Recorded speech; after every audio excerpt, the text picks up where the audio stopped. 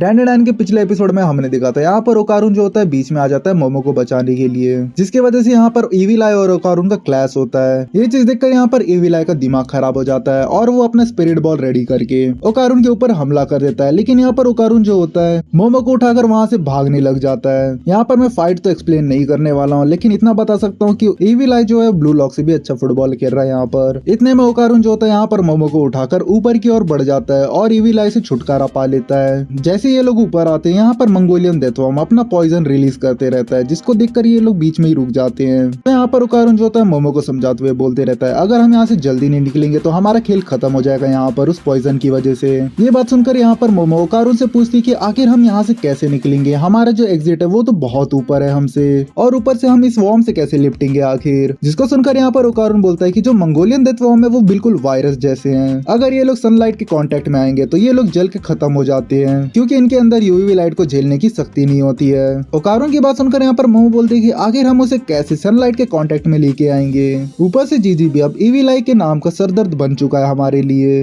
मोमो की बात सुनकर यहाँ पर ओकारुन बोलता है कि हम में से एक को तो बाहर जाना पड़ेगा यहाँ से। मोमो मैं एक काम करता हूँ, मैं तुमको यहाँ से बाहर निकालता हूँ। जिसको सुनकर यहाँ पर मोमो मना कर देती है, लेकिन यहाँ पर ओकारुन जो होता है उसको सिचुएशन को समझाते रहता है। सिचुएशन को समझकर यहाँ पर मोमो ठीक है बोल देती है ओकारुन को। इतने में ओकारुन यहाँ पर अपने प्लान के साथ में टर्बोगेरेनी फॉर्म में ट्रांसफॉर्म हो जाता है और ये ट्रांसफॉर्मेशन क्या ही बढ़िया लग रहा है यार। तो यहाँ पर ओकारुन मोमो को प्लान समझाते हुए बोलता है कि हम बिल्कुल 2 स्टेज रॉकेट की तरह यहाँ से लॉन्च होकर ऊपर एग्जिट की तरफ पहुंचेंगे। पहले स्टेज में मैं तुम्हें सोफे से लॉन्च करूंगा, उसके बाद तुम अपने साइकिक पावर को यूज करके खुद को लॉन्च कर लेना और फिर एग्जिट से बाहर निकल जाना। जिसको ये लोग अपना सेम टू सेम प्लान के अनुसार फॉलो करते हैं। तो यहाँ पर जो मोमो होती है वहाँ के एग्जिट से बाहर निकल जाती है। इतने में यहाँ पर ओकारुन के पास इविल आई पहुंच जाता है और ओकारुन को बोलता है कि तुम पहले इंसान होने वाले हो जिसको मैं मारने वाला हूँ यहाँ पर। इविल आई की बात सुनकर यहाँ पर ओकारुन टर्बोग्रेनी फॉर्म में ट्रांसफॉर्म हो जाता है और उसको बोलता है कि ये बिल्कुल भी नहीं होने वाला। इतने में यहाँ पर सीन जाता है मोमो की तरफ। यहाँ पर जो मोमो होती है घर के कपड़े और पर्दे वर्दे निकाल कर यहाँ पर रस्सी बनाने की कोशिश करते रहती है। जैसी वो रस्सी बना लेती है उस छेदे के अंदर डालती है, जिसकी वजह से जो रस्सी तो होता है वो अंदर तो जाता है लेकिन वो ज्यादा नीचे पहुंच नहीं पाता है। ये चीज देखकर यहाँ पर मोमो का दिमाग बहुत ही ज्यादा खराब हो जाता है और यहाँ पर मोमो बोलती है कि मुझे उस पॉइजन को भी रोकना है और उस वॉर्म को भी हराना है। मैं इतना इम्पॉसिबल चीज को कैसे करूंगी आखिर अकेले। इसी बात के बीच में यहाँ पर हल्का सा फ्लैशबैक दिखाया जाता है जीजी और मोमो का।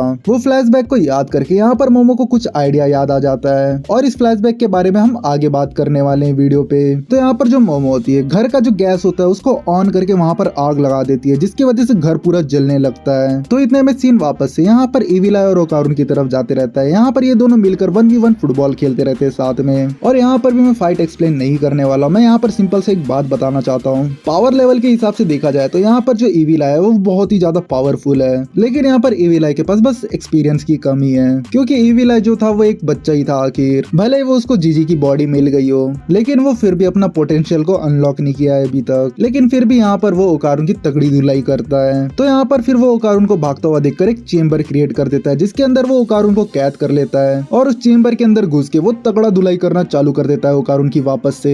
जहाँ पर इविल आई गलती से ओकारुन को एक बात बोल देता है कि सबसे पहले मैं तुम्हें खत्म करने के बाद उसके बाद वो लड़की को मार दूंगा मैं। ये बात सुनकर यहाँ पर ओकारुन का दिमाग खराब हो जाता है और वो सीधा यहाँ पर इविल आई का मुंह पकड़ लेता है और इविल आई को बोलता है कि आखिर मैं एक चिल इंसान था, लेकिन इविल आई तुमने 3 गलती कर दी है जिसकी वजह से अब मेरा दिमाग खराब हो चुका है। पहली गलती ये कि तुमने मोमो को मारने की बात करी है और दूसरी बात ये कि तुमने मेरे दोस्त जीजी को चोट पहुंचाने की कोशिश करी है, जिसको मैं बिल्कुल भी देख नहीं सकता। ये बोलकर वो इविल आई की बहुत ही ज्यादा तगड़े से धुलाई करना चालू कर देता है और इविल आई का बैरियर को ही तोड़ देता है सीधा।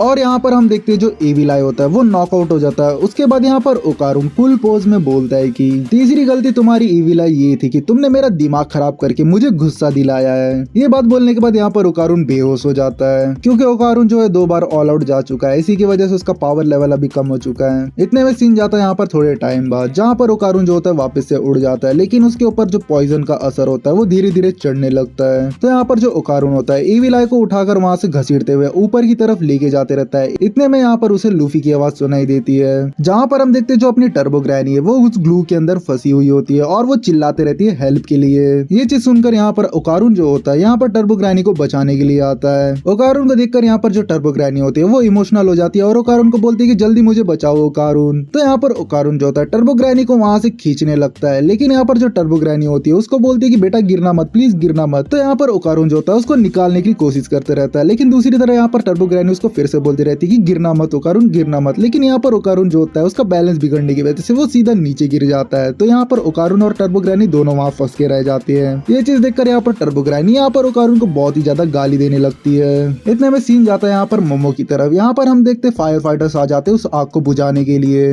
और यहाँ पर जो मोमो होती है, यहाँ पर पुलिस वाले उनसे बात करते हुए वो कीटो फैमिली के बारे में कंप्लेंट करते रहती है। बोलती कि ये लोग यहाँ पर सेक्रीफाइस दिया करते हैं इंसानों का। लेकिन यहाँ पर जो पुलिस वाले होते हैं वो ऑलरेडी कीटो फैमिली से मिले हुए होते हैं, जिसकी वजह से यहाँ पर वो लोग मोमो को धमकाते हुए कस्टडी में लेने की कोशिश करते रहते हैं, जिसको देखकर वहाँ से मोमो खिसकने की कोशिश करते रहती है। लेकिन इतने में वहाँ पर एर्थक्वेक आकर मंगोलियन डेथवॉर्म की एंट्री हो जाती है, जिसको देखकर वहाँ के जितने भी लोग होते हैं सभी के सभी भागने चालू कर देते हैं। जैसे यहाँ पर मंगोलियन डेथवॉर्म यहाँ पर सनलाइट के कांटेक्ट में आता है तो उसका स्किन जलने लगता है और वो तड़पने लगता है वहाँ पर। ये चीज देखकर यहाँ पर मोमो खुश होने लगती है और बोलती है कि मेरा प्लान फाइनली वर्कआउट किया है अभी। तो यहाँ पर इतने में वापस से फ्लैशबैक की तरफ जाते हैं, जहाँ पर हम देखते हैं जो जीजी और मोमो होते हैं यहाँ पर बैठे रहते हैं। तो यहाँ पर जो जीजी होता है यहाँ पर मोमो को समझाते रहता है एर्थवॉर्म्स के बारे में। तो यहाँ पर जीजी मोमो को बोलता है कि तो यहाँ पर जो एर्थवॉर्म्स होते हैं वो अपने स्किन के थ्रू सांस लेते हैं। अगर हम जमीन को भिगा दे तो वो लोग अपने स्किन के थ्रू सांस ले नहीं पाएंगे, जिसकी वजह से उनको जमीन के बाहर आना पड़ता है। जैसे ही वो लोग जमीन के बाहर आते तो वो लोग सनलाइट की रोशनी की वजह से यहाँ पर वो लोगों का आत्महत्या हो जाता है और उनकी स्किन जलने की वजह से वो लोग बाहर आकर मर जाते हैं। इतने में जो मंगोलियन डेथवॉर्म होता है वो घर के साइड में आकर चिपक जाता है ताकि उसको थोड़ा सा शैडो मिल सके।